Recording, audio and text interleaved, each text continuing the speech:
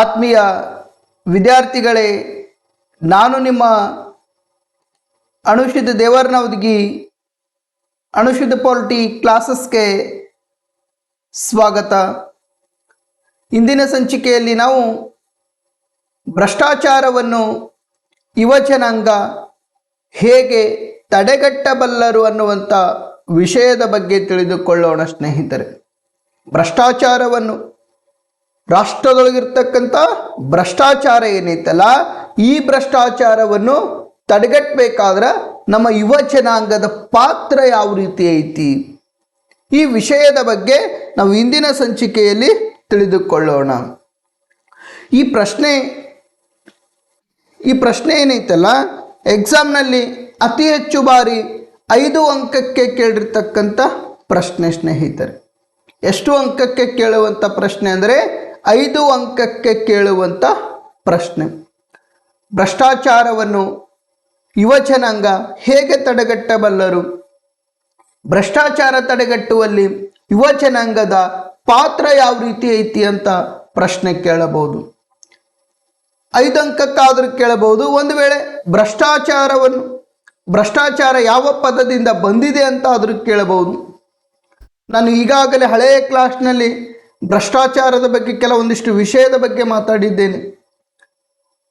ಈಗ 5ನೇ ಪಾಠಕ್ಕೆ 6ನೇ ಪಾಠಕ್ಕೆ ಏನಪ್ಪ ಅಂದ್ರೆ ಲಿಂಕ್ ಐತಿದ್ದು. ನಮಗೆ 5ನೇ ಪಾಠದೊಳಗೂ ನಾವು ಭ್ರಷ್ಟಾಚಾರ ನೋಡ್ಕೊಳ್ತೇವೆ, 6ನೇ ಪಾಠದೊಳಗೂ ನಾವು ಭ್ರಷ್ಟಾಚಾರ ನೋಡ್ಕೊಳ್ತೇವೆ. ಈ ಭ್ರಷ್ಟಾಚಾರದ ಸ್ವಲ್ಪ ಹಿನ್ನೆಲೆಯ ಬಗ್ಗೆ ನಾವು ತಿಳಿದುಕೊಳ್ಳೋಣ ಸ್ನೇಹಿತರೆ. ಈ ಭ್ರಷ್ಟಾಚಾರ ಅನ್ನುವಂಥ ಪದ ಯಾವ ಪದ? ಈ ಭ್ರಷ್ಟಾಚಾರ ಅನ್ನುವಂಥ ಪದ ಆಂಗ್ಲ ಭಾಷೆಯಲ್ಲಿ ಏನೆಂದು ಕರೆಯಲಾಗುವುದಪ್ಪ ಅಂದರೆ ಕರಪ್ಷನ್ ಎಂದು ಕರೆಯಲಾಗುವುದು ಸ್ನೇಹಿತರೆ.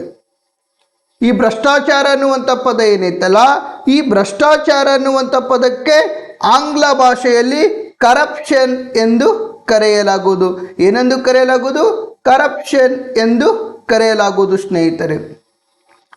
ಈ ಕರಪ್ಷನ್ ಅನ್ನುವಂಥ ಪದ ಯಾವ ಭಾಷೆಯಿಂದ ಬಂದಿದೆಪ್ಪ ಅಂದ್ರೆ ಲ್ಯಾಟಿನ್ ಭಾಷೆಯ ರಂಪಿಯರ್ ಅನ್ನುವಂಥ ಪದದಿಂದ ಬಂದಿದೆ ಸ್ನೇಹಿತರೆ. ಈ ಭ್ರಷ್ಟಾಚಾರಕ್ಕೆ ಆಂಗ್ಲ ಭಾಷೆಯಲ್ಲಿ ಅಥವಾ ಇಂಗ್ಲಿಷ್ ಭಾಷೆಯಲ್ಲಿ ಏನೆಂದು ಕರೆಯಲಾಗುವುದು? ಕರಪ್ಷನ್ ಎಂದು ಕರೆಯಲಾಗುವುದು. ಈ ಕರಪ್ಷನ್ ಅನ್ನುವಂಥ ಪದ ಏನೈತಲ್ಲ, ಈ ಪದ ಲ್ಯಾಟಿನ್ ಭಾಷೆಯ ರಂಪಿಯರ್ ಅನ್ನುವಂಥ ಪದದಿಂದ ಬಂದಿದೆ. ರಂಪಿಯರ್ ಎಂದರೆ ಛಿದ್ರಗೊಳಿಸು ಎಂದರ್ಥ. ಯಾವ ಎಂದರ್ಥ? ಛಿದ್ರಗೊಳಿಸು ಎಂದರ್ಥ ಸ್ನೇಹಿತರೆ. ಅತಿ ಹೆಚ್ಚು ಬಾರಿ ಭ್ರಷ್ಟಾಚಾರ ಅನ್ನುವಂಥ ಪದ ಯಾವ ಭಾಷೆಯಿಂದ ಬಂದಿದೆ ಅಂತ ಪ್ರಶ್ನೆ ಮಾಡಲಾಗಿದೆ ಸ್ನೇಹಿತರೆ. ಲ್ಯಾಟಿನ್ ಭಾಷೆಯ ರಂಪಿಯರ್ ಅನ್ನುವಂಥ ಪದದಿಂದ ಬಂದಿದೆ. ರಂಪಿಯರ್ ಎಂದರೆ ಛಿದ್ರಗೊಳಿಸು ಎಂದರ್ಥ. ಛಿದ್ರಗೊಳಿಸು ಎಂದರ್ಥ. ಇದು ಎಕ್ಸಾಮ್ನಲ್ಲಿ ಅತಿ ಹೆಚ್ಚು ಬಾರಿ 1 ಅಂಕಕ್ಕೆ ಕೇಳಿರ್ತಕ್ಕಂಥ ಪ್ರಶ್ನೆ. ಇದು ಮೋಸ್ಟ್ ಇಂಪಾರ್ಟೆಂಟ್. ಇವತ್ತು ಚುನಾವಣೆ ಅನ್ನುವಂಥ ಪದ ಲ್ಯಾಟಿನ್ ಭಾಷೆಯ ಎಲಿಗೇರ್. ಅಡ್ಮಿನಿಸ್ಟ್ರೇಷನ್ ಅನ್ನುವಂಥ ಪದ ಲ್ಯಾಟಿನ್ ಭಾಷೆಯ ಆಡ್ ಮತ್ತು ಮಿನಿಸ್ಟ್ರೇಷನ್ ಅನ್ನುವಂಥ ಪದದಿಂದ ಬಂದಿದೆ. ಭಯೋತ್ಪಾದನೆ ಆಂಗ್ಲ ಭಾಷೆಯಲ್ಲಿ ಟೆರರಿಸಮ್. ಈ ಟೆರರಿಸಮ್ ಅನ್ನುವಂಥ ಪದ ಲ್ಯಾಟಿನ್ ಭಾಷೆಯ ಟೆರೇರ್ ಅನ್ನುವಂಥ ಪದದಿಂದ ಬಂದಿದೆ.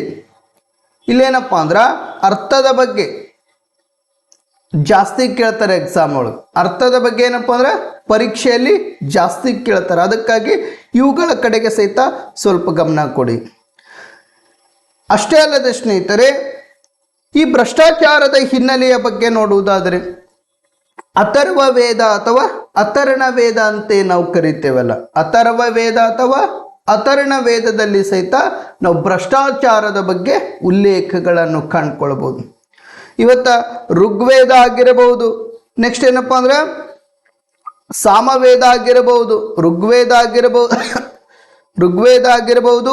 ಸಾಮವೇದ ಆಗಿರಬಹುದು, ಅಥರ್ವ ವೇದ ಆಗಿರಬಹುದು, ನೆಕ್ಸ್ಟ್ ಯಜುರ್ವೇದ ಅಂತ ನಾವು ಕರಿತೇವಲ್ಲ, ಈ ವೇದಗಳ ಕಾಲದಲ್ಲಿ ಸಹಿತ ಅದರಲ್ಲಿ ವಿಶೇಷವಾಗಿ ಈ ಅಥರ್ವ ವೇದ ಅಂತ ನಾವು ಕರಿತೇವಲ್ಲ ಅಥವಾ ಈ ಅಥರ್ಣ ವೇದ ಅಂತ ನಾವು ಕರಿತೇವಲ್ಲ, ಈ ವೇದ ಏನೈತಲ್ಲ ಇದು ಭ್ರಷ್ಟಾಚಾರದ ಬಗ್ಗೆ ತನ್ನದೇ ಆಗಿರ್ತಕ್ಕಂಥ ವಿಚಾರಗಳನ್ನು ಪ್ರಸ್ತುತಪಡಿಸಲಾಗಿದೆ ಸ್ನೇಹಿತರೆ.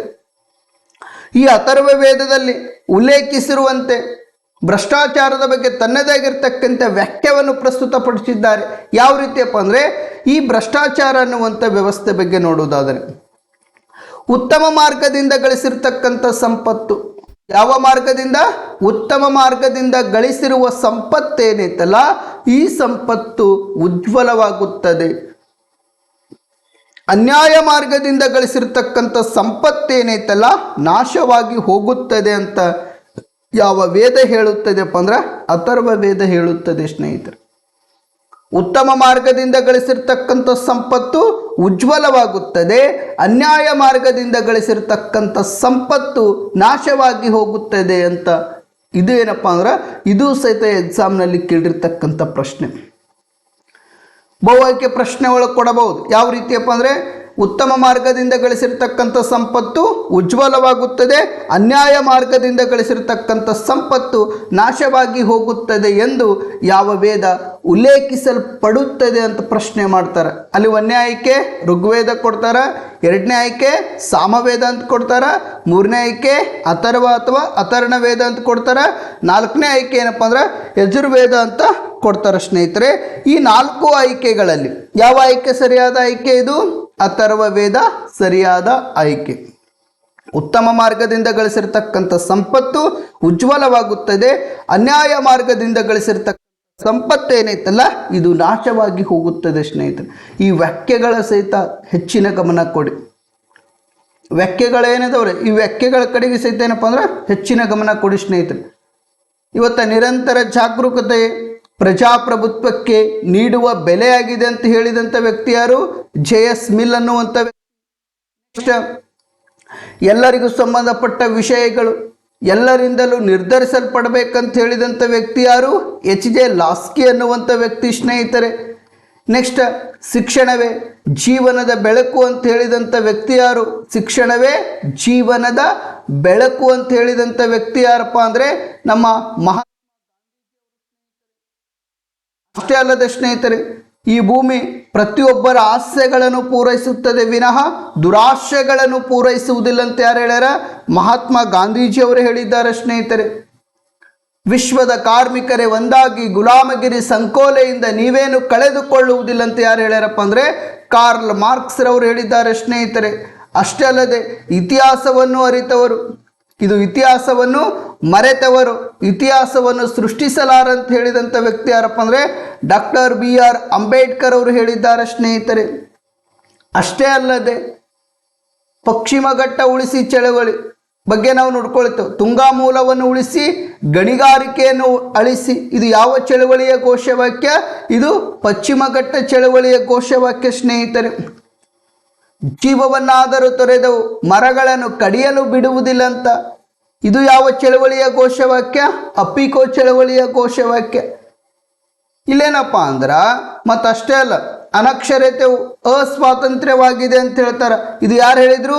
ಅಮರ್ತ್ಯ ಸೇನ್ ಅನ್ನುವಂಥ ನಮ್ಮ ಅರ್ಥಶಾಸ್ತ್ರಜ್ಞರವರು ಹೇಳಿದರು. ಅಮರ್ತ್ಯ ಸೇನ್ ರವರು ಏನಿದಾರಲ್ಲ ಇವ್ರೇನು ಹೇಳ್ತಾರೆ? ಅನಕ್ಷರತೆಯು ಒಂದು ಅಸ್ವಾತಂತ್ರ್ಯವಾಗಿದೆ ಅಂತ ಹೇಳ್ತಾರೆ. ಇವರ ವಾಕ್ಯಗಳ ಮೇಲೆ ಸಹಿತ ಸ್ವಲ್ಪ ಗಮನ ಕೊಡಿ.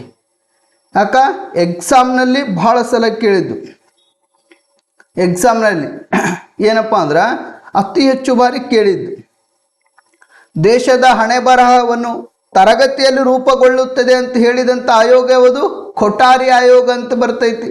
ಕೊಠಾರಿ ನೆಕ್ಸ್ಟ್ ಇದೇ ಕ್ಲಾಸ್ನಲ್ಲಿ ನಾವು ನೋಡ್ಕೊಳ್ತೇವೆ. ಈಗ ಇಲ್ಲೇನಪ್ಪ ಅಂದ್ರೆ ಇಷ್ಟು ಇವರು ವ್ಯಾಖ್ಯೆಗಳ ಬಗ್ಗೆ ನೆನಪಿಟ್ಕೊಡ್ರಿ.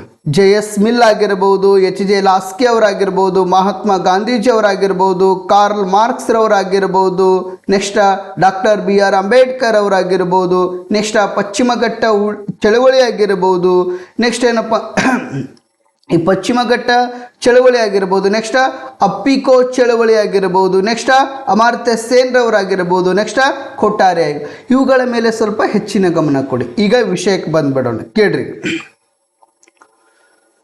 ಭಾರತ ಸ್ವಾತಂತ್ರ್ಯ ಪೂರ್ವದಲ್ಲಿ ಅಂದರೆ ಪ್ರಾಚೀನ ಕಾಲದಲ್ಲಿ ಸಹಿತ ಏನಪ್ಪ ಅಂದ್ರೆ ನಮ್ಮ ರಾಷ್ಟ್ರದೊಳಗೆ ನಾವೇನು ಹಿಡ್ಕೊಳ್ಬಹುದಪ್ಪ ಅಂದರೆ ಭ್ರಷ್ಟಾಚಾರ ಅನ್ನುವಂಥ ವ್ಯವಸ್ಥೆಯನ್ನು ನೋಡಿಕೊಳ್ಳಬಹುದು ಸ್ನೇಹಿತರೆ. ನಮ್ಮ ಕೌಟಿಲ್ಯ ಅವರು ಅರ್ಥಶಾಸ್ತ್ರವನ್ನು ಕೃತಿಯನ್ನು ಬರೆದಿರ್ತಕ್ಕಂಥ ಕೌಟಿಲ್ಯರವರು ಏನದಾರಲ್ಲ, ಈ ಕೌಟಿಲ್ಯರವರು ತಮ್ಮ ಸಪ್ತಾಂಗ ಸಿದ್ಧಾಂತದಲ್ಲಿ 40 ವಿಧದ ಭ್ರಷ್ಟಾಚಾರವನ್ನು ಉಲ್ಲೇಖಿಸಿದ್ದಾರೆ ಸ್ನೇಹಿತರೆ. ಎಷ್ಟು ವಿಧದ ಭ್ರಷ್ಟಾಚಾರ? 40 ವಿಧದ ಭ್ರಷ್ಟಾಚಾರವನ್ನು ಉಲ್ಲೇಖಿಸಿದ್ದಾರೆ. ಕೌಟಿಲ್ಯನ ಕೃತಿಯಾಗಿರ್ತಕ್ಕಂಥ ಅರ್ಥಶಾಸ್ತ್ರ ಕೃತಿ ಏನೈತಲ್ಲ, ಈ ಅರ್ಥಶಾಸ್ತ್ರ ಕೃತಿಯಲ್ಲಿ ಸಪ್ತಾಂಗ ಸಿದ್ಧಾಂತಗಳ ಬಗ್ಗೆ ನಾವು ನೋಡಿಕೊಳ್ಳಲಾಗುವುದು. ಈ ಸಪ್ತಾಂಗ ಸಿದ್ಧಾಂತದಲ್ಲಿ 40 ವಿಧದ ಭ್ರಷ್ಟಾಚಾರವನ್ನು ಉಲ್ಲೇಖಿಸಿದ್ದಾರೆ ಸ್ನೇಹಿತರೆ. ಪ್ರಾಚೀನ ಕಾಲದಲ್ಲಿ ಸಹಿತ ಏನಪ್ಪ ಅಂದರೆ ಭ್ರಷ್ಟಾಚಾರ ಅಸ್ತಿತ್ವದಲ್ಲಿತ್ತು. ಕೌಟಿಲ್ಯರವರು ತನ್ನದೇ ಆಗಿರ್ತಕ್ಕಂಥ ವಿಚಾರವನ್ನು ಪ್ರಸ್ತುತಪಡಿಸ್ತಾರೆ. ಯಾವ ರೀತಿಯಪ್ಪ ಅಂದ್ರೆ, ಇವತ್ತು ಜೇನು ಬಿಡಿಸಿದಂಥ ವ್ಯಕ್ತಿ, ಯಾವ ವ್ಯಕ್ತಿ ಜೇನು ಬಿಡಿಸ್ತಾನಲ್ಲ, ಆ ಜೇನು ಬಿಡಿಸಿದಂಥ ವ್ಯಕ್ತಿ ಏನಪ್ಪ ಅಂದ್ರೆ ಕೈ ನೆಕ್ಕಲೇಬೇಕಂತ ಯಾರು ಹೇಳ್ತಾರಪ್ಪ ಅಂದ್ರೆ, ಇದೇ ನಮ್ಮ ಕೌಟಿಲ್ಯರವರು ಹೇಳ್ತಾರೆ. ಇವತ್ತು ಒಂದು ಸಂಸ್ಥಾನ ಐತಪ್ಪ ಅಂದ್ರೆ, ಆ ಸಂಸ್ಥಾನದೊಳಗೆ ಒಬ್ಬ ರಾಜ್ಯ ಆಡಳಿತ ಮಾಡ್ತಿದ್ದಪ್ಪ ಅಂದ್ರೆ, ಅಲ್ಲಿರ್ತಕ್ಕಂಥ ಆಡಳಿತ ವರ್ಗ ಆಗಿರಬಹುದು, ಅಲ್ಲಿರ್ತಕ್ಕಂಥ ಕೆಲವೊಂದಿಷ್ಟು ಸಮೂಹಗಳೇನಪ್ಪ ಅಂದ್ರೆ ಭ್ರಷ್ಟಾಚಾರದಲ್ಲಿ ಸ್ವಲ್ಪ ತೊಡಗಿಸಿಕೊಳ್ಳಲೇಬೇಕಂತ ಯಾರು ಹೇಳಿರ್ತಾರಪ್ಪ ಅಂದರೆ ಕೌಟಿಲ್ಯರವ್ರು ಹೇಳ್ತಾರೆ ಸ್ನೇಹಿತರೆ. ಸ್ವಲ್ಪ ಒಂದು 100% ಒಳಗೆ ಒಂದು 10% ಆದರೂ 10% ಆದರೂ ಏನಪ್ಪ ಭ್ರಷ್ಟಾಚಾರ ಮಾಡ್ತಾರಂತ ಯಾರು ಹೇಳ್ತಾರಪ್ಪ ಅಂದರೆ ಇದೇ ಕೌಟಿಲ್ಯರವ್ರು ಹೇಳ್ತಾರೆ. ಜೇನು ಬಿಡಿಸಿದಂಥ ವ್ಯಕ್ತಿ ಕೈ ನೆಕ್ಕಲೇಬೇಕಂತ ಹೇಳಿದಂಥ ವ್ಯಕ್ತಿ ಯಾರಪ್ಪ ಅಂದ್ರೆ ಇದೇ ಕೌಟಿಲ್ಯವರು. ಇದರ ತಾತ್ಪರ್ಯ ಏನಪ್ಪ ಅಂದ್ರೆ, ಯಾವ ವ್ಯಕ್ತಿ ಇವತ್ತು ಒಂದು ಸಂಸ್ಥಾನದಲ್ಲಿ ಭಾಗವಹಿಸ್ತಾನಲ್ಲ, ಆ ವ್ಯಕ್ತಿ 100% ಭ್ರಷ್ಟಾಚಾರ ಮಾಡಲಿಲ್ಲಪ್ಪ ಅಂದ್ರೆ ಒಂದು 10% ಆದರೆ ಏನಪ್ಪ ಅಂದ್ರೆ ಭ್ರಷ್ಟಾಚಾರ ಮಾಡಿರ್ತಾನಂತ ಯಾರು ಹೇಳ್ತಾರಪ್ಪ ಅಂದ್ರೆ ಇದೇ ಕೌಟಿಲ್ಯರವರು ಹೇಳ್ತಾರೆ ಸ್ನೇಹಿತರೆ. ಅಷ್ಟೇ ಅಲ್ಲದೆ ಸ್ನೇಹಿತರೆ, ಇವತ್ತು ಪ್ರಸ್ತುತ ದಿನಮಾನಗಳಲ್ಲಿ ಸಹಿತ ನಾವು ನಮ್ಮ ಭಾರತ ರಾಷ್ಟ್ರ ಸ್ವಾತಂತ್ರ್ಯವಾದ ನಂತರವೂ ಸಹಿತ ಏನಪ್ಪ ಅಂದ್ರೆ ನಮ್ಮ ರಾಷ್ಟ್ರದೊಳಗೆ ನಾವು ಭ್ರಷ್ಟಾಚಾರವನ್ನು ಕಂಡುಕೊಳ್ಬೋದು. ಇವತ್ತು ಮೇವು ಹಗರಣ ಅಂತ ನಾವು ನೋಡ್ಕೊಳ್ತೇವೆ, ಕಲ್ಲಿದ್ದಲು ಹಗರಣ ಅಂತ ನಾವು ನೋಡ್ಕೊಳ್ತೇವೆ. ನಮ್ಮ ರಾಜ್ಯದೊಳಗೆ ನಾವು ಕೋವಿಡ್ ಪ್ರಕರಣಗಳೇನು ಬಂದಿವಲ್ಲ, ಆ ಸಂದರ್ಭದಲ್ಲಿ ಸಹಿತ ಭ್ರಷ್ಟಾಚಾರಗಳನ್ನು ನಾವು ಕಂಡುಕೊಳ್ಬೋದು. ಇವತ್ತು ಯಾವುದಾದರೂ ಉದ್ಯೋಗಗಳನ್ನು ನೇಮಕಾತಿ ಮಾಡಿಕೊಳ್ಳುವಂಥ ಸಂದರ್ಭದಲ್ಲಿ ಸಹಿತ, ಇವತ್ತು ಯಾವುದಾದ್ರೂ ಒಂದು ಟೆಂಡರನ್ನು ಕೊಡಬೇಕಾದ್ರೆ ಅಲ್ಲಿ ಸಹಿತ ಭ್ರಷ್ಟಾಚಾರವನ್ನು ಕಾಣಬಹುದು. ಸರ್ಕಾರ ಯಾವುದಾದ್ರೂ ಯೋಜನೆಗಳನ್ನು ಜಾರಿಗೆ ತಂದ್ರೆ ಅಲ್ಲಿ ಸಹಿತ ನಾವೇನಪ್ಪ ಅಂದ್ರೆ ಭ್ರಷ್ಟಾಚಾರವನ್ನು ಕಾಣಬಹುದು ಸ್ನೇಹಿತರೆ. ಇವತ್ತು ಪ್ರಸ್ತುತ ದಿನಮಾನಗಳಲ್ಲಿ ಏನಪ್ಪ ಅಂದ್ರೆ ಈ ಭ್ರಷ್ಟಾಚಾರ ಅನ್ನುವಂಥ ವ್ಯವಸ್ಥೆ ಏನೈತಲ್ಲ, ಇದು ಇನ್ನೂ ಏನಪ್ಪ ಅಂದ್ರೆ ಜೀವಂತವಾಗಿರ್ತಕ್ಕಂಥ ವಿಷಯವಾಗಿದೆ ಸ್ನೇಹಿತರೆ. ಇವತ್ತು ಶಿಕ್ಷಣ ಕ್ಷೇತ್ರ ತೆಗೆದುಕೊಂಡು ನೋಡ್ರಿ, ಆರೋಗ್ಯ ಕ್ಷೇತ್ರ ತೆಗೆದುಕೊಂಡು ನೋಡ್ರಿ, ಆಡಳಿತ ಕ್ಷೇತ್ರವನ್ನು ತೆಗೆದುಕೊಂಡು ನೋಡ್ರಿ, ಪ್ರತಿಯೊಂದು ಕ್ಷೇತ್ರದಲ್ಲಿ ಏನಪ್ಪ ಅಂದ್ರೆ ಪ್ರತಿಯೊಂದು ಕ್ಷೇತ್ರದಲ್ಲಿ ಭ್ರಷ್ಟಾಚಾರವನ್ನು ಕಾಣಬಹುದು ಸ್ನೇಹಿತರೆ. ಈ ಭ್ರಷ್ಟಾಚಾರ ಅನ್ನುವಂಥ ವ್ಯವಸ್ಥೆ ಏನೈತಲ್ಲ, ಈ ವ್ಯವಸ್ಥೆಯಿಂದ ನಾವು ಹೊರಬರಬೇಕಾದ್ರೆ ನಮಗೆ ಉತ್ತಮ ಆಡಳಿತ ಅತಿ ಅವಶ್ಯಕವಾಗಿದೆ ಸ್ನೇಹಿತರೆ. ಉತ್ತಮ ಆಡಳಿತ ಏನೈತಲ್ಲ ಅತಿ ಅವಶ್ಯಕವಾಗಿದೆ. ಇವತ್ತು ಪ್ರತಿಯೊಂದು ಇಲಾಖೆ ಒಳಗೆ ಭ್ರಷ್ಟಾಚಾರ ಐತಿ. ಆ ಭ್ರಷ್ಟಾಚಾರ ಅನ್ನುವಂಥ ವ್ಯವಸ್ಥೆಯಿಂದ ನಾವು ಹೊರಬರಬೇಕಾದ್ರೆ ನಮಗೇನಪ್ಪ ಅಂದ್ರೆ ಉತ್ತಮ ಆಡಳಿತ ಅತಿ ಅವಶ್ಯಕವಾಗಿದೆ ಸ್ನೇಹಿತರೆ. ಈ ಭ್ರಷ್ಟಾಚಾರವನ್ನು ತಡೆಗಟ್ಟುವಲ್ಲಿ ಯುವ ಜನಾಂಗದ ಪಾತ್ರದಲ್ಲಿ ಮೊದಲೇ ಅಂಶ ಯಾವುದಪ್ಪ ಅಂದರೆ ಶಿಕ್ಷಣ ಸ್ನೇಹಿತರೆ. ಇವತ್ತು ನಾವು ಪಠ್ಯಕ್ರಮ ರಚನೆ ಮಾಡಿಕೊಳ್ಳುವಂಥ ಸಂದರ್ಭದಲ್ಲಿ ಸ್ನೇಹಿತರೆ, ಇವತ್ತು ಶಾಲಾ ಕಾಲೇಜಿನ ಪಠ್ಯಕ್ರಮ ಏನೋ ನಾವು ರಚನೆ ಮಾಡಿಕೊಳ್ತೇವಲ್ಲ, ಆ ಪಠ್ಯಕ್ರಮವನ್ನು ರಚನೆ ಮಾಡಿಕೊಳ್ಳುವಂಥ ಸಂದರ್ಭದಲ್ಲಿ ಶಿಕ್ಷಕರ ಗಮನವನ್ನು ಇಟ್ಕೊಳ್ಬೇಕು ಸ್ನೇಹಿತರೆ. ವಿದ್ಯಾರ್ಥಿಗಳ ಗಮನವನ್ನು ಇಟ್ಕೊಂಡು ಭ್ರಷ್ಟಾಚಾರದ ವಿರುದ್ಧ ಜಾಗೃತಿ ಮೂಡಿಸುವಂಥ ವಿಷಯಗಳನ್ನು ಒಳಗೊಳ್ಳಬೇಕು. ಇವತ್ತು ನೀವು ಪ್ರಾಥಮಿಕ ಶಿಕ್ಷಣ ಆಗಿರಬಹುದು, ಇವತ್ತು ಪ್ರೌಢ ಶಿಕ್ಷಣ ಆಗಿರಬಹುದು, ಪದವಿ ಪೂರ್ವ ಶಿಕ್ಷಣ ಆಗಿರಬಹುದು, ಪದವಿ ಶಿಕ್ಷಣ ಆಗಿರಬಹುದು, ಇನ್ನು ಉನ್ನತ ಮಟ್ಟದ ಶಿಕ್ಷಣ ಅಂದರೆ ಸ್ನಾತಕೋತ್ತರ ಪದವಿ ಆಗಿರಬಹುದು. ಇಲ್ಲೇನಪ್ಪ ಅಂದ್ರೆ ನೀವು ಪಠ್ಯಕ್ರಮ ರಚನೆ ಮಾಡಾಕತ್ತಿದ್ರಪ್ಪ ಅಂದ್ರೆ ಆ ಪಠ್ಯಕ್ರಮ ರಚನೆ ಮಾಡಿಕೊಳ್ಳುವಂಥ ಸಂದರ್ಭದಲ್ಲಿ ಅಲ್ಲಿ ಯಾರ ಗಮನವನ್ನು ಇಟ್ಕೊಳ್ಬೇಕು? ವಿದ್ಯಾರ್ಥಿಗಳ ಗಮನವನ್ನು ಇಟ್ಕೊಳ್ಬೇಕು. ಅಷ್ಟೇ ಅಲ್ಲದೆ ಸ್ನೇಹಿತರೆ, ಆ ವಿದ್ಯಾರ್ಥಿಗಳಿಗೆ ಬೋಧನೆ ಮಾಡುವಂಥ ಶಿಕ್ಷಕರೇನಿದಾರಲ್ಲ, ಆ ಶಿಕ್ಷಕರ ಗಮನವನ್ನು ಇಟ್ಕೊಂಡೇನಪ್ಪ ಅಂದ್ರೆ ಪಠ್ಯಕ್ರಮವನ್ನು ಸಿದ್ಧಪಡಿಸಬೇಕು. ಆ ಪಠ್ಯಕ್ರಮ ಯಾವ ರೀತಿ ಸಿದ್ಧಪಡಿಸ್ಬೇಕಪ್ಪ ಅಂದ್ರೆ ಭ್ರಷ್ಟಾಚಾರದ ವಿರುದ್ಧ ಜಾಗೃತಿ ಮೂಡಿಸುವಂಥ ವಿಷಯಗಳನ್ನು ಒಳಗೊಂಡಿರಬೇಕು. ನಾವು ಭ್ರಷ್ಟಾಚಾರದ ವಿರುದ್ಧ ಯಾವ ರೀತಿ ಹೋರಾಟಗಳನ್ನು ಮಾಡಬೇಕು, ಭ್ರಷ್ಟಾಚಾರವನ್ನು ಯಾವ ರೀತಿ ತಡೆಗಟ್ಟಬೇಕು, ಭ್ರಷ್ಟಾಚಾರದಲ್ಲಿ ತೊಡಗಿರ್ತಕ್ಕಂಥ ವ್ಯಕ್ತಿಗಳಿಗೆ ಯಾವ ರೀತಿ ಶಿಕ್ಷೆಗೆ ಒಳಪಡಿಸಬೇಕು, ಈ ಎಲ್ಲ ವಿಷಯಗಳೇನಿದಾವಲ್ಲ ಆ ಪಠ್ಯಕ್ರಮದಲ್ಲಿ ಒಳಗೊಳ್ಳಬೇಕು ಸ್ನೇಹಿತರೆ. ನಾವು ಇವತ್ತೇನಪ್ಪ ಅಂದ್ರೆ ಔಪಚಾರಿಕ ಅನೌಪಚಾರಿಕ ಶಿಕ್ಷಣದ ಜೊತೆಗೆ ನೈತಿಕ ಶಿಕ್ಷಣವನ್ನು ಒದಗಿಸಿಕೊಡ್ಬೇಕು ಮಕ್ಕಳಿಗೆ. ನಾವು ನೈತಿಕ ಶಿಕ್ಷಣ, ಭ್ರಷ್ಟಾಚಾರ ಮಾಡಿದ್ದರಿಂದ ನಮ್ಮ ಮೇಲೆ ಯಾವ ರೀತಿ ಪರಿಣಾಮ ಬೀರ್ತೈತಿ, ನಮ್ಮ ಕುಟುಂಬದ ಮೇಲೆ ಯಾವ ರೀತಿ ಪರಿಣಾಮ ಬೀರ್ತೈತಿ, ನಮ್ಮ ಸಮಾಜದ ಮೇಲೆ ಯಾವ ರೀತಿ ಪರಿಣಾಮ ಬೀರ್ತೈತಿ, ನಮ್ಮ ರಾಜ್ಯದ ಮೇಲೆ ಯಾವ ರೀತಿ ಪರಿಣಾಮ ಬೀರ್ತೈತಿ, ನಮ್ಮ ರಾಷ್ಟ್ರದ ಮೇಲೆ ಯಾವ ರೀತಿ ಪರಿಣಾಮ ಬೀರ್ತೈತಿ, ಈ ಎಲ್ಲ ನೈತಿಕ ಶಿಕ್ಷಣವನ್ನು ಒದಗಿಸಿಕೊಡಬೇಕು ಸ್ನೇಹಿತರೆ. ಮಕ್ಕಳಿಗೆ ಪಠ್ಯಕ್ರಮಕ್ಕೆ ಮಾತ್ರ ಸೀಮಿತಗೊಳಿಸಬಾರದು ಶಿಕ್ಷಕರು. ಇವತ್ತಿನ ದಿನಮಾನಗಳಲ್ಲಿ ಮಕ್ಕಳಿಗೇನಪ್ಪ ಅಂದ್ರೆ ಪಠ್ಯಕ್ರಮಕ್ಕೆ ಮಾತ್ರ ಸೀಮಿತಗೊಳಿಸಬಾರ್ದು, ಅವರಿಗೆ ನೈತಿಕ ಶಿಕ್ಷಣವನ್ನು ಒದಗಿಸಿಕೊಡಬೇಕು. ಎಂಥ ಶಿಕ್ಷಣವನ್ನು ಒದಗಿಸಿಕೊಡಬೇಕು? ನೈತಿಕ ಶಿಕ್ಷಣವನ್ನು ಒದಗಿಸಿಕೊಟ್ಟಾಗ ಮಾತ್ರ ರಾಷ್ಟ್ರದೊಳಗಿರ್ತಕ್ಕಂಥ ಭ್ರಷ್ಟಾಚಾರವನ್ನು ತಡೆಗಟ್ಟಬಹುದು ಸ್ನೇಹಿತರೆ. ಇವತ್ತು ಒಂದು ದೇಶದ ಹಣೆ ಬರಹ ರೂಪುಗೊಳ್ಳುವುದೆಲ್ಲಪ್ಪ ಅಂದ್ರೆ ಒಂದು ತರಗತಿಯಲ್ಲಿ ರೂಪುಗೊಳ್ಳುತ್ತದೆ ಸ್ನೇಹಿತರೆ. ವಿಚಾರ ಮಾಡಿಕೊಡ್ರಿ. ಇವತ್ತು ಒಂದು ತರಗತಿಯಲ್ಲಿರ್ತಕ್ಕಂಥ ಮಕ್ಕಳು ಮುಂದೊಂದು ದಿನ ಅವರು ಪ್ರಧಾನಮಂತ್ರಿನೂ ಆಗ್ಬೋದು, ಒಬ್ಬ ರೈತನೂ ಆಗ್ಬೋದು, ಒಬ್ಬ ಡಾಕ್ಟರ್ನೂ ಆಗ್ಬೋದು, ಒಬ್ಬ ಇಂಜಿನಿಯರಿಂಗ್ ಆಗ್ಬೋದು, ಒಬ್ಬ IAS ಅಧಿಕಾರಿನೂ ಆಗ್ಬೋದು, IPS ಅಧಿಕಾರಿನೂ ಆಗ್ಬೋದು, ರಾಜ್ಯದ ಮುಖ್ಯಮಂತ್ರಿನೂ ಆಗ್ಬೋದು, ಇನ್ನಿತರ ಕ್ಷೇತ್ರಗಳಲ್ಲಿ ತನ್ನದೇ ಆಗಿರ್ತಕ್ಕಂಥ ವ್ಯಕ್ತಿತ್ವವನ್ನು ಸಾಧಿಸಬಹುದು. ಅದಕ್ಕಾಗಿ ದೇಶದ ಹಣೆ ಬರಹವನ್ನು ರೂಪುಗೊಳ್ಳುವುದಿಲ್ಲಪ್ಪ ಅಂದ್ರೆ ತರಗತಿಯಲ್ಲಿ ರೂಪುಗೊಳ್ಳುತ್ತಂತ ಯಾರು ಹೇಳ್ತಾರಪ್ಪ ಅಂದ್ರೆ ಇದೇ ನಮ್ಮ ದೌಲತ್ ಸಿಂಗ್ ಕೊಠಾರಿ ಆಯೋಗ ಸ್ನೇಹಿತರೆ. ಯಾವ ಸಿಂಗ? ದೌಲತ್ ಸಿಂಗ ಕೊಠಾರಿ ಆಯೋಗ ಏನೈತಲ್ಲ, ಈ ದೌಲತ್ ಸಿಂಗ್ ಕೊಠಾರಿ ಆಯೋಗ ಹೇಳ್ತೈತೆ. ಈ ಆಯೋಗ ನೇಮಕವಾಗಿದ್ದು 1964. ಈ ಆಯೋಗ ವರದಿ ಕೊಟ್ಟಿದ್ದು ಯಾವಾಗಪ್ಪ ಅಂದರೆ 1960ರಲ್ಲಿ. ಇದು 1966ರಲ್ಲಿ ವರದಿ ಕೊಟ್ಟಿತ್ತು ಸ್ನೇಹಿತರೆ. ವರದಿ ಕೊಡುವಂಥ ಸಂದರ್ಭದಲ್ಲಿ ಹೇಳ್ತೈತಿ ಈ ಕೊಠಾರಿ ಆಯೋಗ ದೇಶದ ಹಣೆಬರಹ ಏನೈತಲ್ಲ ಈ ಹಣೆಬರಹವನ್ನು ರೂಪುಗೊಳ್ಳುವುದು ತರಗತಿಯಲ್ಲಿ. ಅದಕ್ಕಾಗಿ ನಾವು ಮಕ್ಕಳಿಗೆ ಎಂಥ ಶಿಕ್ಷಣವನ್ನು ಒದಗಿಸಿಕೊಡಬೇಕಂತ ಹೇಳ್ತಪ್ಪ ಅಂದರೆ ನೈತಿಕ ಶಿಕ್ಷಣವನ್ನು ಒದಗಿಸಿಕೊಡಬೇಕು. ಯಾವ ಶಿಕ್ಷಣವನ್ನು ಒದಗಿಸಿಕೊಡಬೇಕು? ನೈತಿಕ ಶಿಕ್ಷಣವನ್ನು ಒದಗಿಸಿಕೊಡಬೇಕಂತ ಈ ದೌಲತ್ ಸಿಂಗ್ ಕೊಠಾರಿ ಆಯೋಗ ಹೇಳಿತ್ತು ಸ್ನೇಹಿತರೆ. ಇನ್ನು ಎರಡನೇ ಅಂಶ ಯಾವುದಪ್ಪ ಅಂದರೆ ನೈತಿಕತೆ ಸ್ನೇಹಿತರೆ. ಎರಡನೇ ಅಂಶ ಯಾವುದಪ್ಪ ಅಂದರೆ ನೈತಿಕತೆ. ನಮ್ಮ ಯುವ ಜನಾಂಗ ಏನೈತಲ್ಲ ಈ ಯುವ ಜನಾಂಗ ಅಗತ್ಯತೆ ಮತ್ತು ದುರಾಶೆಗಳ ನಡುವಿನ ವ್ಯತ್ಯಾಸಗಳನ್ನು ಅರಿಯಬೇಕು ಸ್ನೇಹಿತರೆ. ನಮ್ಮ ಯುವ ಜನಾಂಗ ನಮ್ಮ ರಾಷ್ಟ್ರದೊಳಗಿರ್ತಕ್ಕಂಥ ಭ್ರಷ್ಟಾಚಾರವನ್ನು ಸಂಪೂರ್ಣವಾಗಿ ನಾವು ತಡೆಗಟ್ಟಬೇಕಾದ್ರೆ ನಮ್ಮ ಯುವ ಜನಾಂಗ ಅಗತ್ಯತೆ ಮತ್ತು ದುರಾಶೆಗಳ ನಡುವಿನ ವ್ಯತ್ಯಾಸಗಳನ್ನು ಅರಿತುಕೊಳ್ಳಬೇಕು ಸ್ನೇಹಿತರೆ.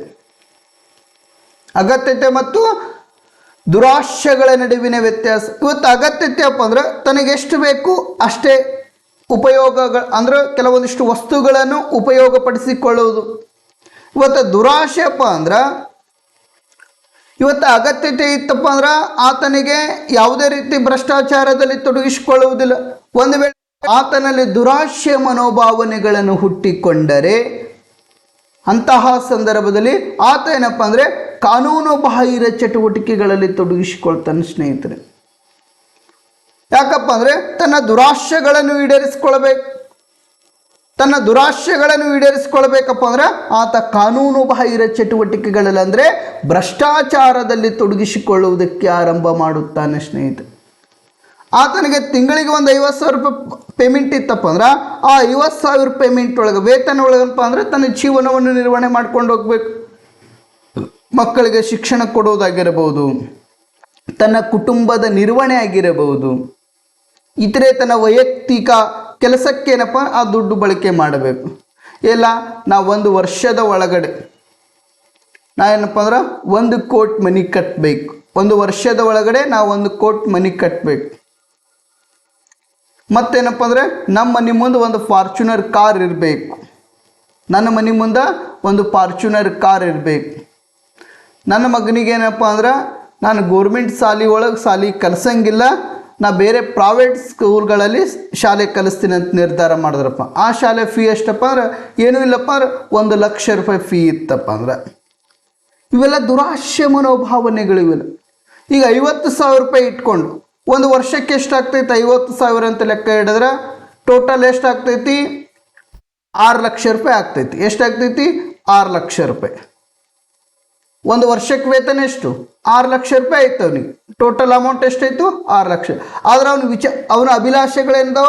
ಒಂದು ವರ್ಷನಾಗ ನಾವು 1,00,00,000 ರೂಪಾಯಿ ಮನಿ ಕಟ್ಟಬೇಕು, ಮತ್ತೇನಪ್ಪ ಅಂದ್ರೆ ನನ್ನ ಮಕ್ಕಳಿಗೆ 1,00,000 ಫೀ ಇರುವಂಥ ಶಾಲೆ ಒಳಗೆ ನಾ ಶಾಲೆ ಕಲಿಸ್ಬೇಕು. ನೆಕ್ಸ್ಟ್ ಏನಪ್ಪ ಅಂದ್ರೆ ನನ್ನ ಮನೆ ಮುಂದೆ ನನಗೆ ಫಾರ್ಚುನರ್ ಕಾರ್ ಬೇಕು.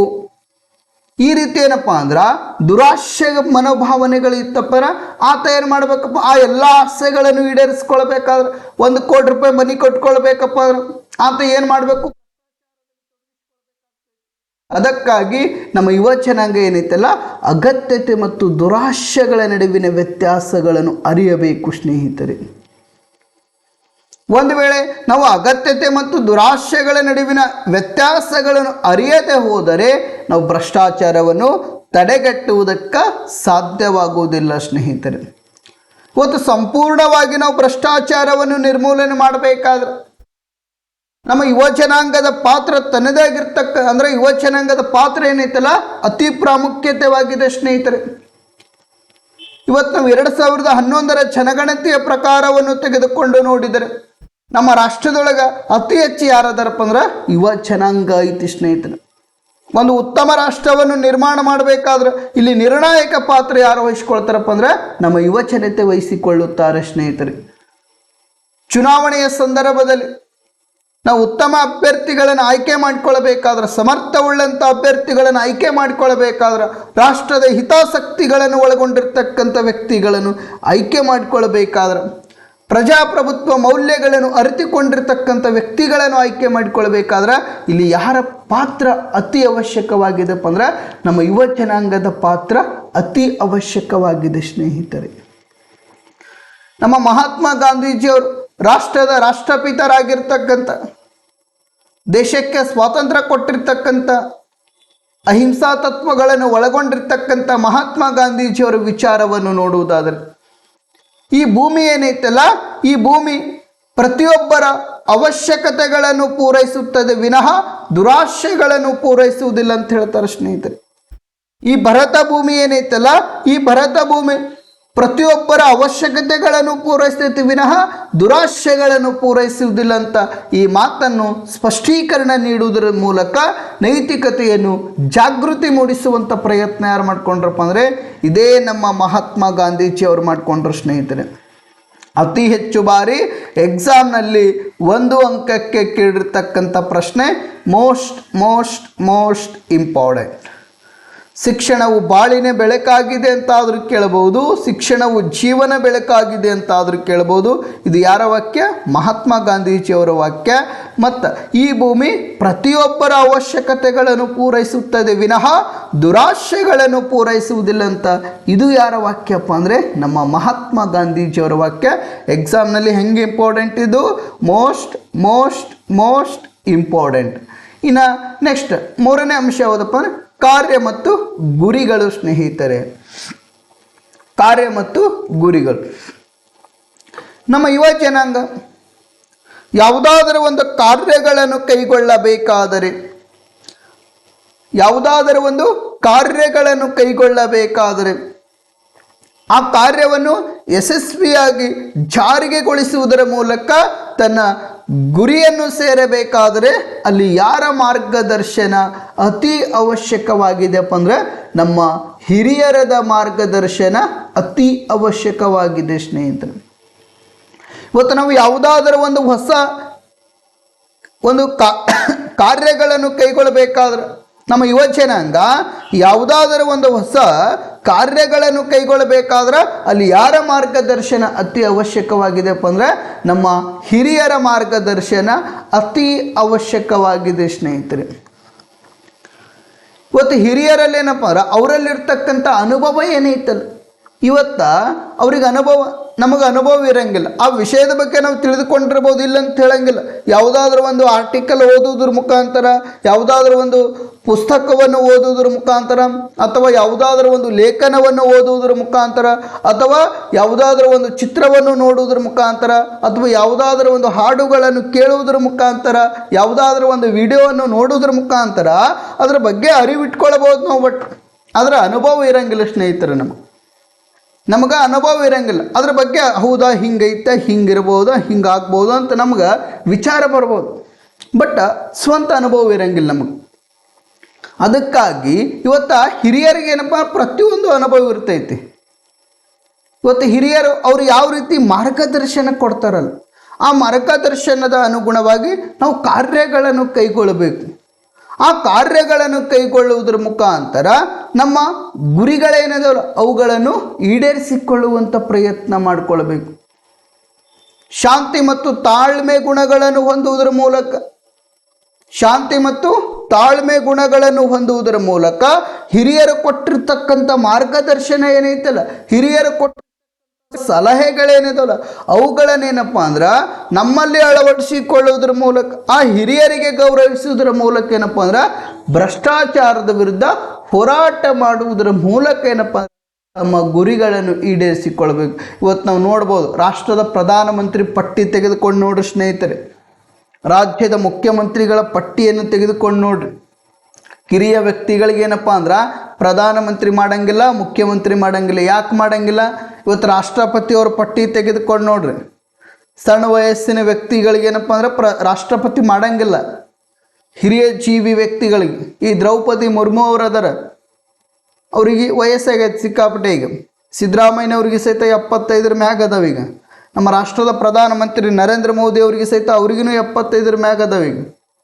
ಇಲ್ಲೇನಪ್ಪ ಅಂದ್ರೆ ಅವ್ರಿಗೆ ಇರ್ತಕ್ಕಂಥ ಅನುಭವದ ಆಧಾರದ ಮೇಲೆ ನಮ್ಮ ಇಲ್ಲಿ ಅಧಿಕಾರವನ್ನು ಕೊಡುವಂಥ ಪ್ರಯತ್ನಗಳನ್ನು ಮಾಡ್ತಾರೆ. ನಮ್ಮ ಯುವ ಜನಾಂಗವು ಸಹಿತ ಹಿರಿಯರು ಕೊಟ್ಟಿರ್ತಕ್ಕಂಥ ಸಲಹೆಗಳನ್ನು ರೂಢಿಸುವುದರ ಜೊತೆಗೆ ಅವರಿಗೆ ಗೌರವವನ್ನು ಕೊಡೋದ್ರ ಜೊತೆಗೆ ನಾವು ಭ್ರಷ್ಟಾಚಾರದ ವಿರುದ್ಧ ಹೋರಾಟ ಮಾಡಿಕೊಳ್ಳುವುದರ ಮೂಲಕ ನಮ್ಮ ಗುರಿಗಳನ್ನು ಈಡೇರಿಸಿಕೊಳ್ಳಬೇಕು ಸ್ನೇಹಿತರೆ.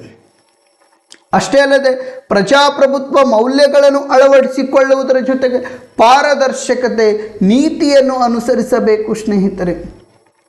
ಇವತ್ತು ಪ್ರಜಾಪ್ರಭುತ್ವ ಮೌಲ್ಯಗಳಾಗಿರ್ತಕ್ಕಂಥ ಜಾತ್ಯತೀತ ಆಗಿರಬಹುದು, ಪ್ರಜಾಪ್ರಭುತ್ವದ ಮೌಲ್ಯಗಳಾಗಿರ್ತಕ್ಕಂಥ ಜಾತ್ಯತೀತ ಆಗಿರಬಹುದು, ನೆಕ್ಸ್ಟ್ ಸಮಾನತೆ ಆಗಿರಬಹುದು ಸ್ನೇಹಿತರೆ, ನೆಕ್ಸ್ಟ್ ಸ್ವಾತಂತ್ರ್ಯ ಆಗಿರಬಹುದು, ನೆಕ್ಸ್ಟ್ ಈ ಜಾತ್ಯತೀತ ಆಗಿರಬಹುದು, ಸಮಾನತೆ ಆಗಿರಬಹುದು, ಸ್ವಾತಂತ್ರ್ಯ ಆಗಿರಬಹುದು, ಭ್ರಾತೃತ್ವ ಆಗಿರಬಹುದು, ಅಷ್ಟೇ ಅಲ್ಲದೆ ಸ್ನೇಹಿತರೆ ಸಮಗ್ರತೆ ಆಗಿರಬಹುದು, ಮುಂತಾದ ಮೌಲ್ಯಗಳನ್ನು ಅಳವಡಿಸಿಕೊಳ್ಳುವುದರ ಮೂಲಕ ಪಾರದರ್ಶಕ ನೀತಿಯನ್ನು ಅನುಸರಿಸಿಕೊಂಡು ಹೋಗಬೇಕು.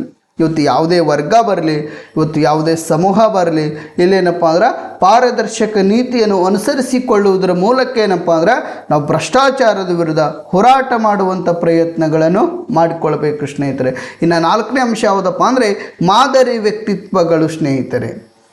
ಮಾದರಿ ವ್ಯಕ್ತಿತ್ವಗಳು ಇಲ್ಲೇನಪ್ಪ ಅಂದರೆ ಡಾಕ್ಟರ್ APJ ಅಬ್ದುಲ್ ಕಲಾಂರವರು ದೇಶದ ಲಕ್ಷಾಂತರ ವಿದ್ಯಾರ್ಥಿಗಳಿಗೆ ಮತ್ತು ಯುವ ಜನಾಂಗಕ್ಕೆ ತಾವೇ ನೇರವಾಗಿ ಭೇಟಿ ಕೊಡುವುದರ ಮೂಲಕ ಉತ್ತಮ ಶಿಕ್ಷಣವನ್ನು ಪಡೆದು ಉತ್ತಮ ಮಾನವರಾಗಿ ಬದುಕುವಂತೆ ಮತ್ತು ಭ್ರಷ್ಟಾಚಾರವನ್ನು ತಡೆಗಟ್ಟಿ ಉತ್ತಮ ಆಡಳಿತವನ್ನು ಸ್ಥಾಪಿಸಬೇಕಂತ ಕರೆ ನೀಡ್ತಾರೆ ಸ್ನೇಹಿತರೆ. ಡಾಕ್ಟರ್ APJ ಅಬ್ದುಲ್ ಕಲಾಂರವರು ಇವರೇನಪ್ಪ ಅಂದ್ರೆ ನೇರವಾಗಿ ವಿದ್ಯಾರ್ಥಿಗಳ ಜೊತೆನೇ ಸಂದರ್ಶನಗಳಲ್ಲಿ ತೊಡಗಿಸಿಕೊಳ್ತಿದ್ರು. ಇವರು ನೇರವಾಗಿ ಇವತ್ತು ನಮ್ಮ ನರೇಂದ್ರ ಮೋದಿ ಅವರು ಮನ್ ಕಿ ಬಾತ್ ಯಾವುದೋ ಒಂದು ಕಾರ್ಯಕ್ರಮ ಮಾಡ್ತಾರೆ, ಆ ರೀತಿ ಮಾಡ್ತಿರ್ಲಿಲ್ಲ ಇವರು. ಇವ್ರು ಹೆಂಗಪ್ಪ ಅಂದ್ರೆ ಇವರು ನೇರವಾಗಿಯೇ ವಿದ್ಯಾರ್ಥಿಗಳ ಜೊತೆ ಏನಪ್ಪ ಅಂದ್ರೆ ಭೇಟಿ ಆಗ್ತಿದ್ರು. ಭೇಟಿಯಾಗಿ ಅವ್ರ ಜೊತೆ ಏನಪ್ಪ ಅಂದ್ರೆ ಚರ್ಚೆ ಮಾಡ್ತಿದ್ರು ಮುಕ್ತವಾಗಿ, ಕೆಲವೊಂದಿಷ್ಟು ವಿಷಯಗಳನ್ನು ಇಟ್ಕೊಂಡು, ಶಿಕ್ಷಣಕ್ಕೆ ಸಂಬಂಧಪಟ್ಟಿರ್ತಕ್ಕಂಥ ವಿಷಯಗಳಾಗಿರಬಹುದು. ಅಷ್ಟೇ ಅಲ್ಲದೆ ಸ್ನೇಹಿತರೆ ನಮ್ಮ ರಾಷ್ಟ್ರದಲ್ಲಿರ್ತಕ್ಕಂಥ ಕೆಲವೊಂದಿಷ್ಟು ನ್ಯೂನತೆಗಳಾಗಿರಬಹುದು, ನಮ್ಮ ಪ್ರಜಾಪ್ರಭುತ್ವ ವ್ಯವಸ್ಥೆಗೆ ಯಾವ ರೀತಿ ಕೆಲವೊಂದಿಷ್ಟು ಅಂಶಗಳ ಸವಾಲಾಗ್ಯಾವ, ನಮ್ಮ ವಿಜ್ಞಾನಕ್ಕೆ ಸಂಬಂಧಪಟ್ಟಿರ್ತಕ್ಕಂಥ ಕೆಲವೊಂದಿಷ್ಟು ವಿಷಯಗಳೇನಿದಾವಲ್ಲ ನೇರವಾಗಿ ವಿದ್ಯಾರ್ಥಿಗಳ ಜೊತೆ ಸಂದರ್ಶನಗಳನ್ನು ಮಾಡ್ತಿದ್ರು. ಅಷ್ಟೇ ಅಲ್ಲದೆ ಅವರು ಕೇಳಿರ್ತಕ್ಕಂಥ ಪ್ರಶ್ನೆ ಅಂದ್ರೆ ನಮ್ಮ ಯುವ ಜನಾಂಗ ಏನೈತಲ್ಲ, ಆ ಯುವ ಜನಾಂಗ ಕೇಳಿರ್ತಕ್ಕಂಥ ಪ್ರಶ್ನೆಗಳಿಗೆ ಉತ್ತರವನ್ನು ಒದಗಿಸಿ ವಿಚಾರಗಳನ್ನು ಅವರಲ್ಲಿ ಬಿತ್ತರಿಸುವಂತ ಪ್ರಯತ್ನ ಮಾಡ್ತಿದ್ರು. ಅವರನ್ನು ಉತ್ತಮ ನಾಗರಿಕರನ್ನಾಗಿ ಮಾಡುವಂತ ಪ್ರಯತ್ನಗಳನ್ನು ಮಾಡಿದರು ಸ್ನೇಹಿತರೆ. ಮಾನವರಾಗಿ ಬದುಕುವಂತೆ ಕರೆ ನೀಡಿದರು ಸ್ನೇಹಿತರೆ. ವಿಚಾರ ಮಾಡಿಕೊಡ್ರಿ, ಒಂದು ಉತ್ತಮ ಶಿಕ್ಷಣವನ್ನು ಪಡೆದುಕೊಳ್ಳ್ರಿ. ಪಡೆದುಕೊಂಡು ನೀವು ಹೆಂಗೆ ಬದುಕಬೇಕಪ್ಪ, ಉತ್ತಮ ಮಾನವರಾಗಿ ಬದುಕಬೇಕು. ಯಾವುದೇ ರೀತಿ ಭ್ರಷ್ಟಾಚಾರದಲ್ಲಿ ತೊಡಗಿಸಿಕೊಳ್ಳಲಾರದೆ, ಯಾವುದೇ ರೀತಿ ದೇಶ ವಿರೋಧಿ ಚಟುವಟಿಕೆಗಳಲ್ಲಿ ತೊಡಗಿಸಿಕೊಳ್ಳಲಾರದೆ, ನಿಮಗೆ ಕೊಟ್ಟಿರ್ತಕ್ಕಂಥ ಹಕ್ಕುಗಳನ್ನು ಸರಿಯಾದ ರೀತಿಯಲ್ಲಿ ಏನಪ್ಪ ಅಂದರೆ ಬಳಸಿಕೊಳ್ಳುವುದರ ಮೂಲಕ ಬೇರೊಬ್ಬರ ಹಕ್ಕುಗಳನ್ನು ಉಲ್ಲಂಘನೆ ಮಾಡಬಾರ್ದು, ನೀವು ಮಾನವರಾಗಿ ಬದುಕುವಂತೆ ಕರೆ ನೀಡಿದಂಥ ವ್ಯಕ್ತಿ ಯಾರಪ್ಪ ಅಂದ್ರೆ ಇದೇ ನಮ್ಮ ಡಾಕ್ಟರ್ APJ ಅಬ್ದುಲ್ ಕಲಾಂರವರು ಸ್ನೇಹಿತರೆ. ಈ ಭ್ರಷ್ಟಾಚಾರವನ್ನು ತಡೆಗಟ್ಟಬೇಕಪ್ಪ ಅಂದ್ರೆ ನಮ್ಮ ರಾಷ್ಟ್ರದೊಳಗೆ ನಾವು ಉತ್ತಮ ಆಡಳಿತ ವ್ಯವಸ್ಥೆಯನ್ನು ಸ್ಥಾಪಿಸಬೇಕಂತ ಕರೆ ನೀಡಿದಂಥ ವ್ಯಕ್ತಿ ಯಾರಪ್ಪ ಅಂದ್ರೆ ಇದೇ ನಮ್ಮ ಡಾಕ್ಟರ್ APJ ಅಬ್ದುಲ್ ಕಲಾಂರವರು ಸ್ನೇಹಿತರೆ. ವಿಚಾರ ಮಾಡಿಕೊಡ್ರಿ. ನೇರವಾಗಿ ವಿದ್ಯಾರ್ಥಿಗಳ ಜೊತೆ ಏನಪ್ಪ ಸಂದರ್ಶನ ಮಾಡ್ತೀವಿ. ಇವತ್ತು ನಮ್ಮ ರಾಜಕಾರಣಿಗಳು ವಿದ್ಯಾರ್ಥಿಗಳ ಜೊತೆ ಸಂದರ್ಶನ ಬೇಡ, ಅವ್ರಿಗೆ ಭೇಟಿಯಾಗುವುದನ್ನೇ ಕಷ್ಟ ಇತ್ತು ಇವತ್ತಿನ ಪ್ರಸ್ತುತ ದಿನಮಾನಗಳಲ್ಲಿ. ಇವತ್ತ ದೇಶವನ್ನು ನಿರ್ಮಾಣ ಮಾಡೋರು ಯಾರು? ಮುಂದೊಂದು ದಿನಗಳ ಕಾಲ ದೇಶವನ್ನು ಒಳ್ಳೆಯ ರೀತಿಯಲ್ಲಿ ಮುನ್ನಡೆಸಿಕೊಂಡು ಹೋಗೋರು ಯಾರು? ನಮ್ಮ ಯುವ ಜನಾಂಗ ಸ್ನೇಹಿತರೆ. ಆ ಯುವ ಜನಾಂಗಕ್ಕೆ ಕಿರಿಯ ವಯಸ್ಸಿನಲ್ಲಿಯೇ ನಾವು ಒಳ್ಳೆಯ ವಿಚಾರಗಳು ಅವರಲ್ಲಿ ಬಿತ್ತರಿಸಿದವಪ್ಪ ಅಂದ್ರೆ ಅವರು ಆ ವಿಚಾರಗಳನ್ನು ಅಳವಡಿಸಿಕೊಳ್ತಾರೆ. ಮುಂದೆ ದೇಶ ಕಟ್ಟುವಲ್ಲಿ ತನ್ನದೇ ಆಗಿರ್ತಕ್ಕಂಥ ಪಾತ್ರವನ್ನು ವಹಿಸುತ್ತಾರೆ ಸ್ನೇಹಿತರೆ. ಅದಕ್ಕಾಗಿ APJ ಅಬ್ದುಲ್ ಕಲಾಂರವರು ನೇರವಾಗಿ ವಿದ್ಯಾರ್ಥಿಗಳ ಜೊತೆ ಅವರು ಒಂದು ಮಾತು ಹೇಳಿದರು. ಸಾಯುವಂಥ ಟೈಮ್ ಒಳಗೆ ನಾನು ಸತ್ತಪ್ಪ ಅಂದ್ರೆ, ನಾನು ಸತ್ತ ದಿನ ಏನಪ್ಪ ಅಂದ್ರೆ ಅವತ್ತ ಯಾವುದೇ ರೀತಿ ಶಾಲಾ ಕಾಲೇಜುಗಳಿಗೆ ರಜೆ ಕೊಡಬಾರ್ದಂತ ಮಾತು ಹೇಳಿದ್ರು. ವಿಚಾರ ಮಾಡಿಕೊಡ್ರಿ.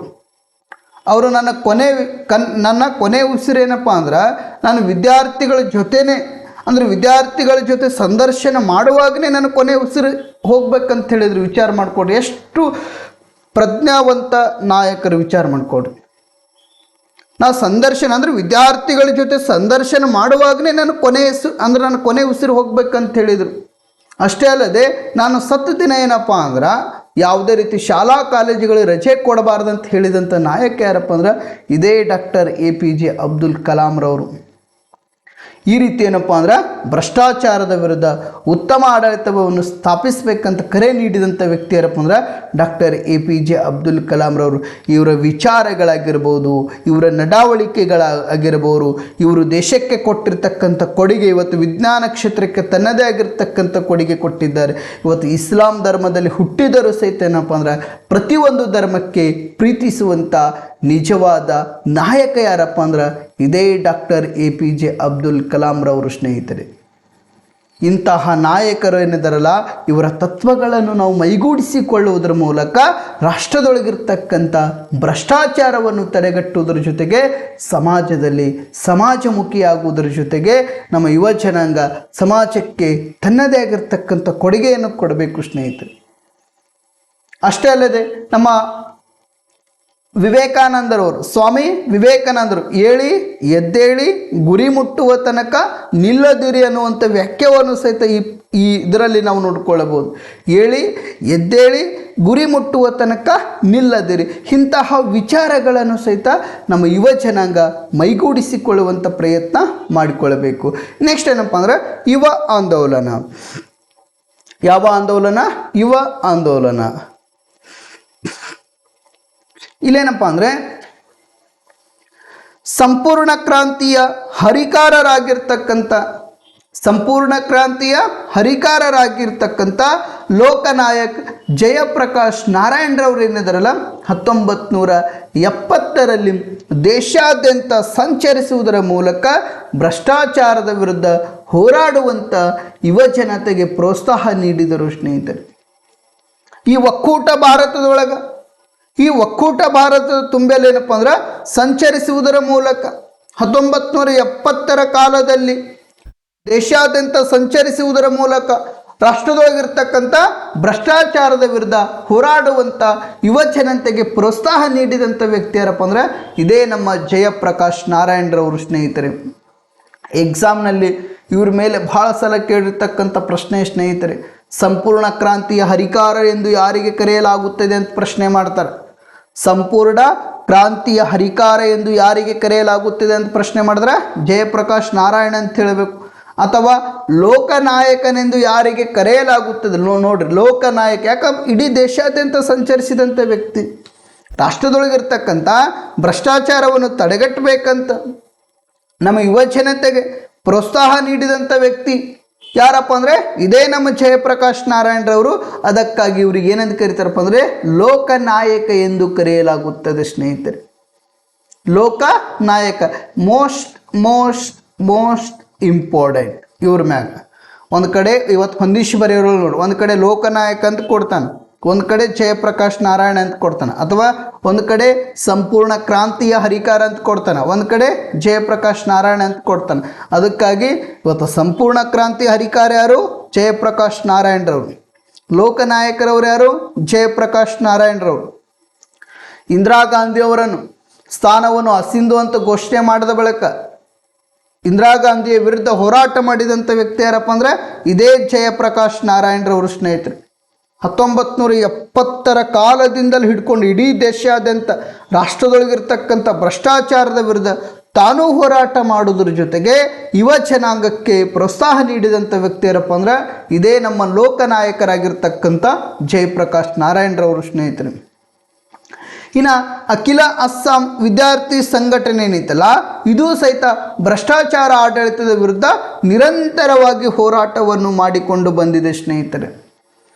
ಅಖಿಲ ಅಸ್ಸಾಂ ವಿದ್ಯಾರ್ಥಿ ಎನ್ನುವಂಥ ಸಂಘಟನೆ ಏನೈತಲ್ಲ, ಈ ಸಂಘಟನೆಯು ಭ್ರಷ್ಟಾಚಾರ ಆಡಳಿತದ ವಿರುದ್ಧ ನಿರಂತರವಾಗಿ ತನ್ನದೇ ಆಗಿರ್ತಕ್ಕಂಥ ಹೋರಾಟವನ್ನು ಮಾಡಿಕೊಂಡು ಬಂದಿದೆ.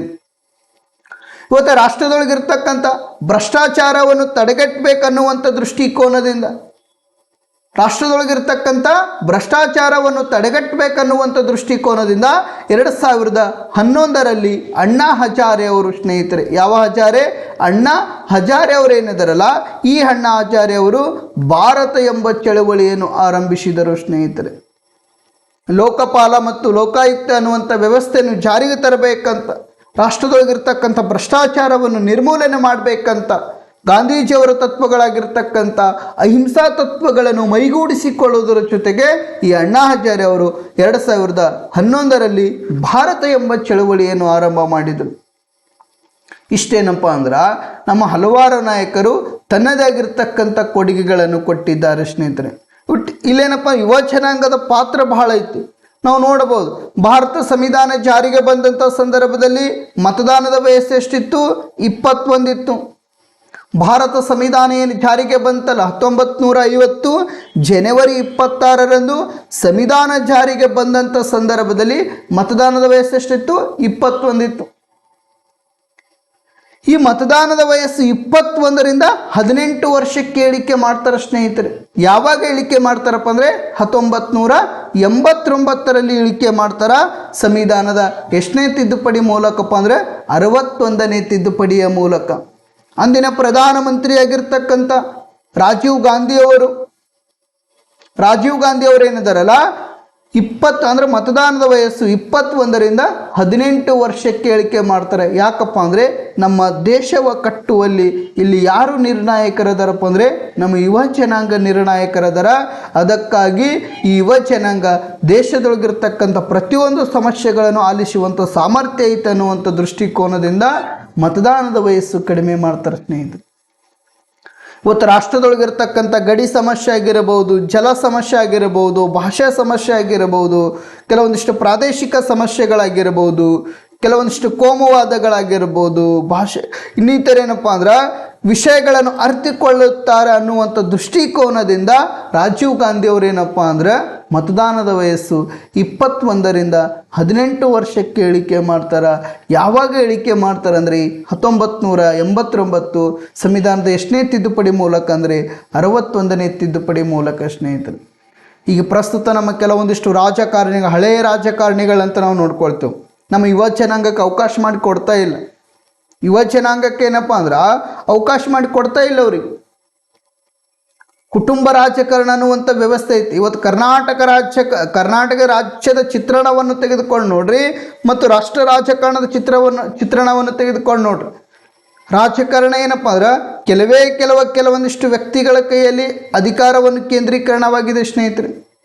ಇವತ್ತು ಕೆಲವೊಂದಿಷ್ಟು ವ್ಯಕ್ತಿ ಹೆಸರು ಹೇಳಬಾರ್ದು ನಾವು. ಒಬ್ಬ ಶಿಕ್ಷಕನಾಗಿ ಕೆಲವೊಂದಿಷ್ಟು ವ್ಯಕ್ತಿ ಹೆಸರು ಹೇಳಬಾರ್ದು ನಾವು.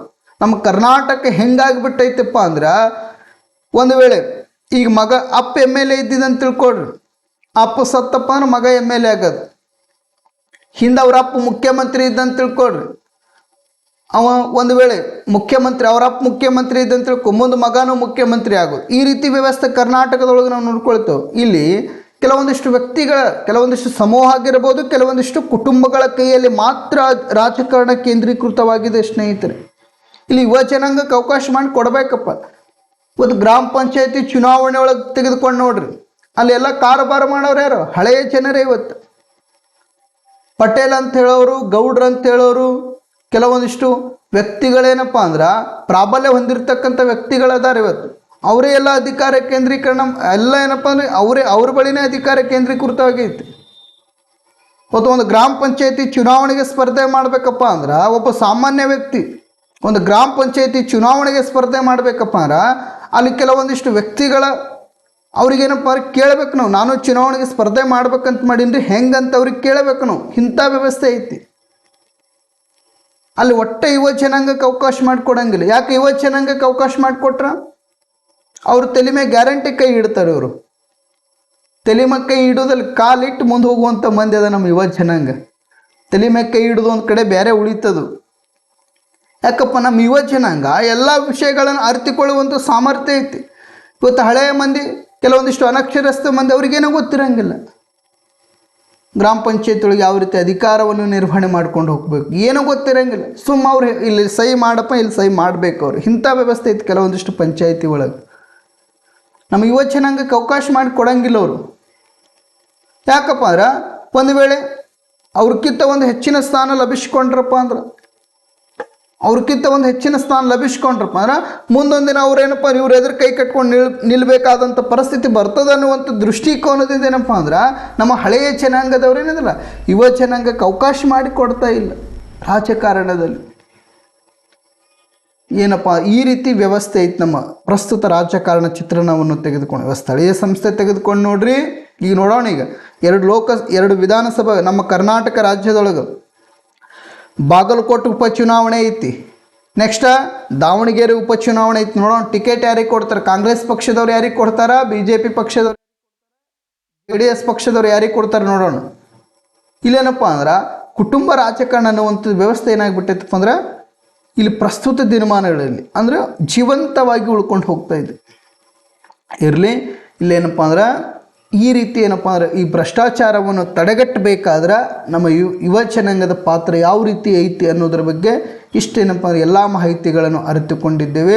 ಇಲ್ಲಿ ಎಕ್ಸಾಮ್ನಲ್ಲಿ ಜಾಸ್ತಿ 5 ಅಂಕಕ್ಕಾದರೂ ಕೇಳ್ಬೋದು, ಇಲ್ಲಿ 1 ಅಂಕಕ್ಕಾದರೂ ಕೇಳ್ಬೋದು. ಇಲ್ಲಿ ಮತದಾನದ ವಯಸ್ಸು ಪ್ರಸ್ತುತ ಎಷ್ಟೈತೆ ಅಂತ ಕೇಳ್ತಾರೆ. 21ರಿಂದ 18ಕ್ಕೆ ಯಾವಾಗ ಇಳಿಕೆ ಮಾಡಿದ್ರು ಅಂತ ಕೇಳ್ತಾರೆ. ಎಷ್ಟನೇ ತಿದ್ದುಪಡಿ ಅಂತಲೂ ಕೇಳ್ತಾರೆ. ಯಾರು ಇಳಿಕೆ ಮಾಡಿದ್ರಂತನೂ ಕೇಳಬಹುದು. ಈ ರೀತಿ ಪ್ರಶ್ನೆಗಳನ್ನು ಬರ್ತಾವ. ಸ್ವಲ್ಪ ಏನಪ್ಪ ಹೆಚ್ಚಿನ ಗಮನ ಕೊಡಿ ಸ್ನೇಹಿತರೆ. ಇಲ್ಲಿಗೆ ನಾನು ಇಂದಿನ ಸಂಚಿಕೆಯನ್ನು ಮುಕ್ತಾಯಗೊಳಿಸುತ್ತಿದ್ದೇನೆ. ನಿಮಗೆ ಇನ್ನೊಂದು ವಿಶೇಷತೆ ನನ್ನ ಎಲ್ಲ ಯೂಟ್ಯೂಬ್ ಚಾನಲ್ ವಿದ್ಯಾರ್ಥಿಗಳಿಗೆ ತಿಳಿಸುವುದೇನೆಂದರೆ, ನಿಮ್ಗೆ ಯಾರಿಗಾದರೂ ಸರ್ ನನಗಿನ್ನ ಪ್ರಶ್ನೆಕೋಶ ಬಂದಿಲ್ಲರಿ ಸರ, ನೀವು 2000 ಕೆಲವೊಂದಿಷ್ಟು 11 ಪ್ರಶ್ನೆ ಪತ್ರಿಕೆ ಬಿಡಿಸಿನ ಅಂತ ಹೇಳಾಕತ್ತೀರಿ, ಆ 11 ಪ್ರಶ್ನೆ ಪತ್ರಿಕೆಗಳ ಉತ್ತರ ಕೈಪಿಡಿ ನನಗೆ ತಲುಪಿಲ್ರಿ ಅನ್ನೋವಂಥ ವಿದ್ಯಾರ್ಥಿಗಳು ಯಾರಾದರೂ ಇದ್ರೆ ನಾನು ನೇರವಾಗಿ ನನ್ನ ನಂಬರಿಗೆ ಫೋನ್ ಮಾಡಿರಿ. ಅಥವಾ ನನ್ನ ನಂಬರಿಗೆ ಫೋನ್ ಮಾಡೋದಾಗಿರ್ಬೋದು, ಅಥವಾ ಒಂದು SMS ಹಾಕಿದ್ರು ಟಕ್ ಅಂತ ನಿಮಗೆ ಕಳಿಸ್ಬಿಡ್ತೀನಿ. ಸರ್ ನನಗೆ ಪ್ರಶ್ನೆಕೋಶ ಕಳಿಸ್ರಿ ಸರ, ಪ್ರಶ್ನೆಕೋಶ ಕಳಿಸ್ಕೊಡಿ ಅಂತ ನೀವು ಒಂದು SMS ಹಾಕಿದ್ರಪ್ಪ ಅಂದ್ರೆ ನಾನು ನಿಮಗೆ ಕಳಿಸ್ಕೊಡ್ತೀನಿ. ನೀವು ಯಾರು ಅನ್ನಿಸೋದಕ್ಕೆ ಕೇಳಂಗಿಲ್ಲ, ನಾನು ನಿಮ್ಗೆ ನೇರವಾಗಿ ಕಳಿಸ್ಕೊಟ್ಬಿಡ್ತೀನಿ. ಅದಕ್ಕಾಗಿ ಸ್ವಲ್ಪ ಅದ್ರ ಕಡೆಗೂ ಗಮನ ಕೊಡಿ. ಆ ಪ್ರಶ್ನೆಕೋಶ ಏನೈತಲ್ಲ ಅಲ್ಲಿ 3 ಮಾದರಿ ಪ್ರಶ್ನೆ ಪತ್ರಿಕೆಗಳನ್ನು ಬಿಡಿಸಲಾಗಿದೆ ಸ್ನೇಹಿತರೆ. ಈಗ ಏನು 2025 ಬಿಟ್ಟರಲ್ಲ ಮೊನ್ನೆ, ಆ ಪ್ರಶ್ನೆ ಪತ್ರಿಕೆ ಏನೈತಲ್ಲ 2025-26ನೇ ಸಾಲಿನ ಮಾದರಿ ಪ್ರಶ್ನೆ ಪತ್ರಿಕೆ 3 ಆ 3 ಮಾದರಿ ಪ್ರಶ್ನೆ ಪತ್ರಿಕೆ ಅದರ ಉತ್ತರವನ್ನು ರೆಡಿ ಮಾಡೀನಿ ಈಗಾಗಲೇ. ನಿಮ್ಗೆ ಬೇಕಾದ್ರೆ ಈ ವಾಟ್ಸಪ್ ನಂಬರಿಗೆ ಒಂದು SMS ಮಾಡೋದಾಗಿರ್ಬೋದು ಅಥವಾ ಫೋನ್ ಮಾಡೋದಾಗಿರ್ಬೋದು, ನಿಮ್ಗೆ ಅದಕ್ಕೆ ಕೊಟ್ಟು ಕಳಿಸ್ತೀನಿ. ಯಾವುದೇ ರೀತಿ ತಲೆ ಕೆಡಿಸ್ಕೊಳ್ಬೇಡಿ, ಅದನ್ನು ಸ್ವಲ್ಪ ಗಮನ ಕೊಡಿ. ಇಲ್ಲ ಸರ್ ನನಗೆ ನೋಟ್ಸ್ ಬೇಕಪ್ಪ ಅಂದ್ರೆ ನೋಟ್ಸನ್ನು ಬೇಕಾದ್ರೆ ನಿಮಗೆ ಕೊಟ್ಟು ಕಳಿಸ್ತೀನಿ. ಎಲ್ಲ ವಿಷಯ ಕೊಟ್ಟು ಕಳಿಸ್ತೀನಿ, ಅದು ಸದುಪಯೋಗ ಪಡಿಸ್ಕೊಳ್ರಿ. ಉತ್ತಮ ಫಲಿತಾಂಶ ಕಂಡುಕೊಳ್ಳುವಂಥ ಪ್ರಯತ್ನ ನಿಮ್ಮದಾಗಲಿ ಅಂತ ಹಾರೈಸುತ್ತಾ ಇಂದಿನ ಸಂಚಿಕೆಯನ್ನು ನಾನು ಇಲ್ಲಿಗೆ ಮುಕ್ತಾಯಗೊಳಿಸುತ್ತೇನೆ. ಎಲ್ಲ ನನ್ನ ವಿದ್ಯಾರ್ಥಿಗಳಿಗೆ ಶುಭವಾಗಲಿ ಸ್ನೇಹಿತರೆ.